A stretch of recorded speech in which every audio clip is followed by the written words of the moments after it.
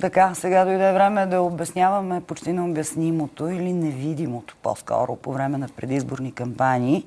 В студиото е Момчил Марчев, експерт по онлайн пиар или изграждане на позитивен образ. Опитвам се да го преведа на български език в интернет пространството. Така добре ли беше горе-долу, господин Марчев? Разбира се. А сега обяснете като хората какво точно правите. Онлайн пиар се нуждаят почти всички, които се нуждаят и така наречения класически пиар. Колективите са подобни, трябва да има съответната доза креативност, съответната доза количество хора и работна сила, ако може да кажем в кавички. Трябва да има хора, които могат да пишат красиво, които могат да дадат на едно мнение, което е отрицателно адекватен отговор. Трябва да има хора с различни стилове на писане, за да могат да постъпят адекватно. И така почти отговорихме на първа точка от онлайн пиар, която е работа с мненията и коментарите във водещите онлайн издания на медии, където могат да се кръстосат големи шпаги и това се случва, въпреки че все още смятаме, че това е някаква ниша, която е твърде маничка и твърде бавно расте. Втората точка е хубаво, когато имаме някакви отрицателни резултати, зависимо от това дали имаме политическа личност на неговото име, дали имаме някакъв бранд, който е пострадал, който може да е пострадал само някакъв негов продукт. Трябва да се опитаме да изчистиме резултатите в Google на ключова дума, самото запитване с името на бранда или на съответния човек. Тоест това е техническата работа. Махате негативните мнения, ако съм ви разбрала правилно.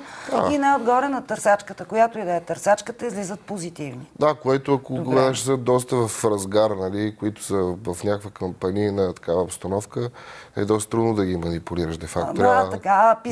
Писачите трябва да направят нещо ударно, нали, такива като мен. Мене, ако ме наемат, няма да е за техническата работа, ще бъде за по-умствената работа. Водещ политик почти узакони тази професия с писането по форумите, само че той каза, че е съвсем алтруистично и количеството е достойно от хората, които трябва да се правят това. Наистина количеството хора също.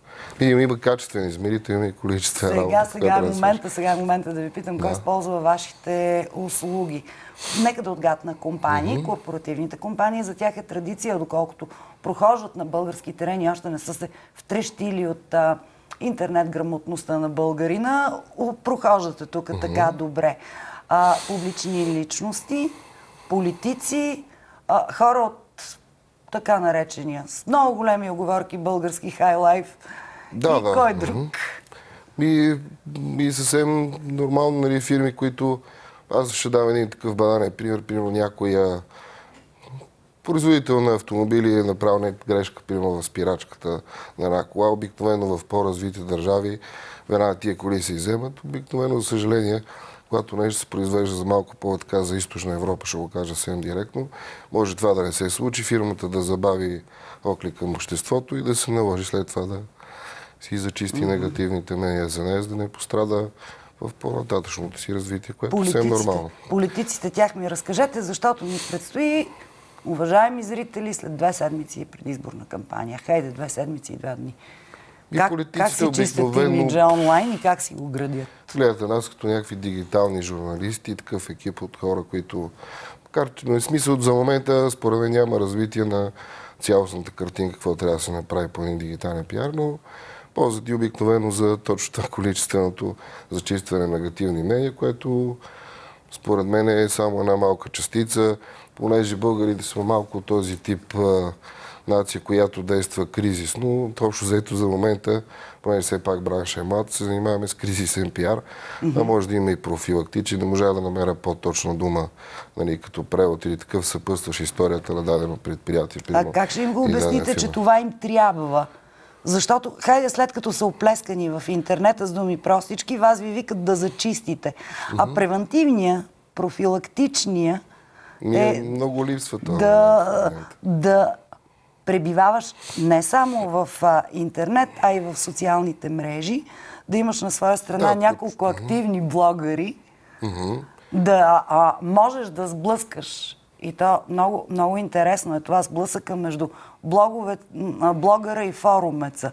Защото блогъра има, правилно ли разсъждавам, Имаше един случай с Първа инвестиционна банка, в който наистина колорити българи, които тяхното име се чува в интернет пространството, общо взето, каквото казаха, каквато страна заеха, така нещата се получиха. Мисля, че в крайна сметка те решиха да вземат положително мнение, да спасат банката онлайн, макар че тя...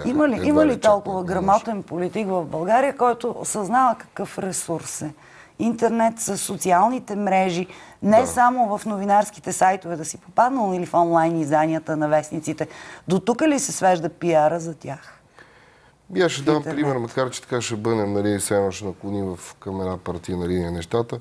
Виждал съм Вигенин, че се е справил от Социалистическата партия много добре. Аз мога да ви кажа и още някой, за да уравновесим нещата. Моника Панайотова, но тя в момента е евродепутат.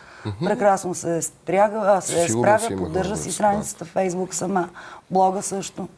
Прави впечатление, че хора, които се разходили до Брюксел и са се връщали, пак се разходили. Точили все пак там някой помага им да мислят в тази посока.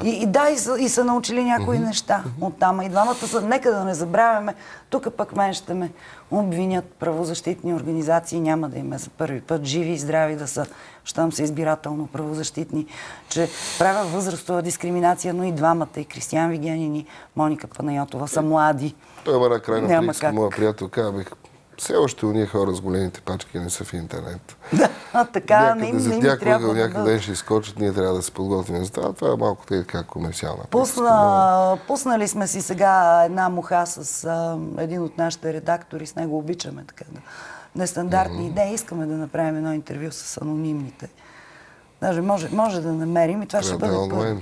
Опитваме. Я е питал да се сменя непрекъснато. Опитваме. Дано да не стане така, че да ги хванат, защото на мен в много отношения са симпатични, но това ще бъде много интересно. Въпреки, че май ще се наложи да прибягна до вас, да ми чистите имиджа, защото ще напишат, това е фалшиво, това не е истинско, това ще е измама. Ще го измислим. Добре, блогърите и форумците. Блогърите не са анонимни, те излизат с имената, с лицата си. Затова е блога. Форумците обаче са анонимни. Този сблъсък, този баланс как се поддържа при изграждането на киберимиджа. Той в блога, когато блога е посещаем, се развие в някаква посока интересна за обществото. Има блогове, които не стават за посещение, да ме извинявате. Даже повечето са такива. Има, много мъртви души има в интернет. И според мен и в коментарите, които са под една хубава статия в блог, също може да останеш анонимен. И може да има реплика, дуплика на самите коментари също, така че също може да се развие към... на възпитание в този случай. Етикетцията е слабичка все още. Аз си мисля обаче, че все пак Фейсбук доста взе от блог и форум нещата. Мисля, там се излива по-голямото напрежение, според мен. А когато говорим за дигитален пиар, според мен най-силно прави впечатление, най-много дразни пострадала страна коментарите, когато са зад силни водещи медии, точно в коментарите отдолу, което пак може да си анонимен. Искам да ви кажа, че аз държа фронта желязно. Нямам профил в Фейсбук, нямам профил в други социални мрежи, защото нямам такава потребност. И защото смятам, че това е един виртуален свят, който не ми е нужен. Като журналист повече ми харесва реално. Според мен е за човек да си възпитава децата до първите 7 години. Може би това е най-добрият пример, който може да даде, защото ефтиното общуване излиза скъпо. Ако до 10 години ги държи на страна от компютъра... Ще си направят нормален психологически имунитет да се сборят с всичко, което му предстои. Не очаквах, че няма да започнете да спорите с мен, защото в това студио страхотни къвги сме имали, включително с нашите пиари. Казват, ти след като не си във Фейсбук, следователно не съществуваш. Съществувам си и много пълноценно. Така. Добре, дайте някакъв пример. Може да не цитирате имена, тактичен човек сте, за кризисен пиар онлайн. Не спасявате кола от скапани спирачки, а спасявате... Това беше банално и прекалено индустриално, май малко по-западняшко, такова, все още да има нещата така. И, примерно, да вземем някакъв продукт, примерно като някакъв шампан, който се твърди, че е pH неутрал, антиалергия, в смисъл хипоалергичен. Просто го даваме за пример, а изведнъж по някаква причина на поточната линия случва някаква грешка, някой в качествения контрол не си свършва работата или казвам, айде да мине, макар че това все по-рядко се случва в съвременето ни. Всеки си държи на името все пак криза и човек трябва все повече да държи на тия неща, особено когато са производствени. И това нещо излиза на пазара, чува се, ето форум БГ Мама е нещо, което станало институция в България. Триете отзивите за нещо. Не може да се трият отзивите.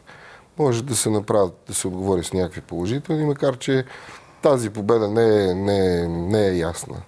Тя е като надскачане, така че аз пак твърда, че точно този точка от онлайн стратегията при правен пиар е най-така смеховата. Според мен, ако имаш добри журналисти в екипа и там някой все пак хейтва, тази дума просто не можах да я замества, по някакъв нечовешки, неетичен начин, много ясно, че те ако напишат някакъв после от него, нарушена коя си точка от правилата, бам, коментара го няма. Да, и обикновено си личи кога е поръчково. Значи аз имам скоро случай, влиза си в такива водеща медия, има статия отрицателна на клиента, влизаш вътре и почваш да се бориш с тези, които са насложили, и то си личи, че всичко от обратна страна също е платено и се разразява следния спор. Защо тези с новите IP-та, новичките, така изведнъж се включиха и толкова бурно пишат.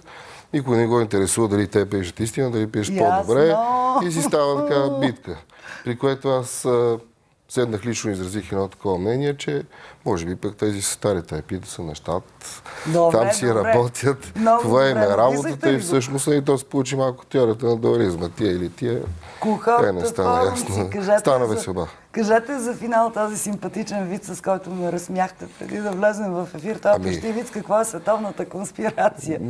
Да, хайде да не фиксираме дадена търсачка като хегемон, но общо заето, че идеята на световната конспирация един човек едно IP и така излиза му най-ефтино да следят всички наши интереси и ние да сме тоталните потребители. Това също е малко в психологически аспект опасно, колкото Фейсбук. Няма как да... И прекаленото разкрепостяване. Няма как да не ви попитам. Следенето в интернет, вашата група, така да се каже, вашата гилдия, беше страхотен дебата на времето. Какво ви е мнението? Знаете, че това е неизбежно и че даже и да се набута в закон, да се регламентира, пак няма да спре. Това нещо като процедура.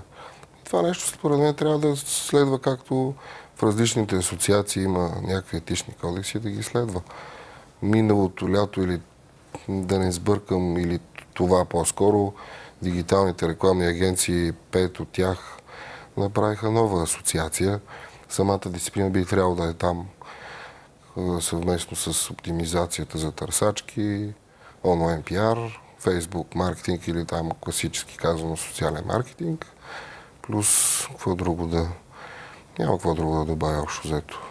И класическа интернет реклама, така, която се прави медиабанк, позициониране на банери, банерна реклама, така, която може да е премиум, pay-per-click и така. Благодаря ви. За сега много благодаря. Ще дойдете пак с много симпатична ми стана една пиар специалистка, с която сме намислили така малко или преди по време на кампанията да направим едно предаване за гафовете в политическия пиар. Ще помагате? Разбира се. Добре. До нови срещи, казвам на Момчил Марчев, човека, който може да гради положителен образ на политици и корпорации в интернет. Ура, казах го на български. А тук се разделяме, уважаеми зрители. Останете с програмата на TV+, и разбира се, бъдете здрави!